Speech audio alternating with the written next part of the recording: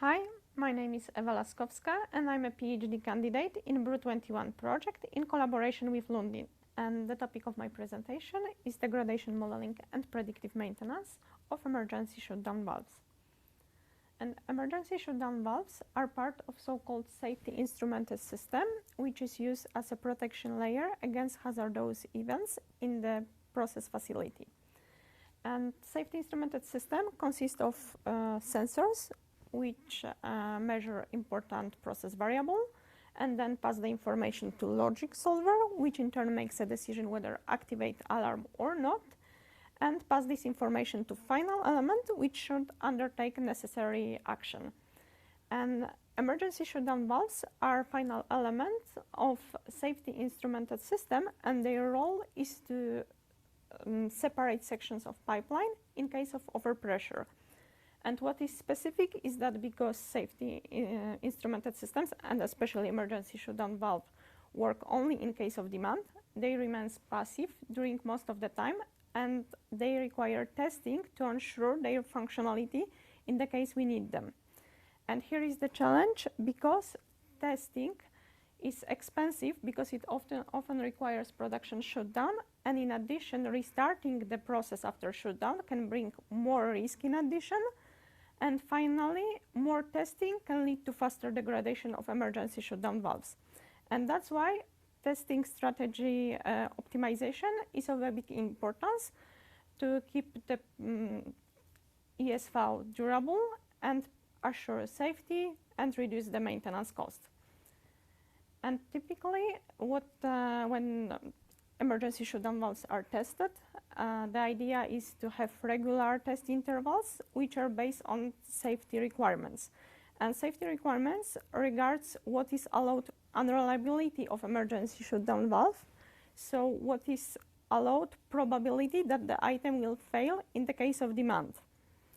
And although the calculation of this probability to fail on demand is straightforward, the model is very basic and have very limited capacity because the valve can be only considered as functioning or failed. And then in my approach, I propose to have a good predictive model. I want to build a good predictive model to improve maintenance optimization. The advantage of the model I want to propose is that I make it based on the condition monitoring data regarding emergency shutdown valves I got from Lundin. And here I will say a bit more about the data format, which is shown in this small table. So in general, I have the information what was the date of the test performed on the valve, what was the state of the valve before and after test, and then also what was the maintenance activity made on the valve.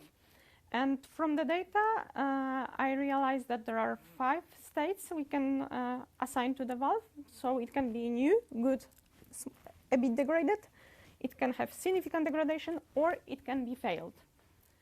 And the fact that I have these states assigned to the valve implies to use Markov chain as a predictive model. And in the Markov chain, the idea is that the system goes through different states until the failed state.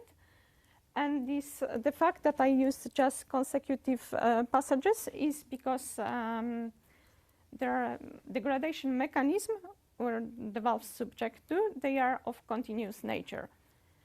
However, it's commonly known that this model, it doesn't really reflect so well degradation because these passages between states have exponential distribution, which is not really realistic for items which subject physical degradation.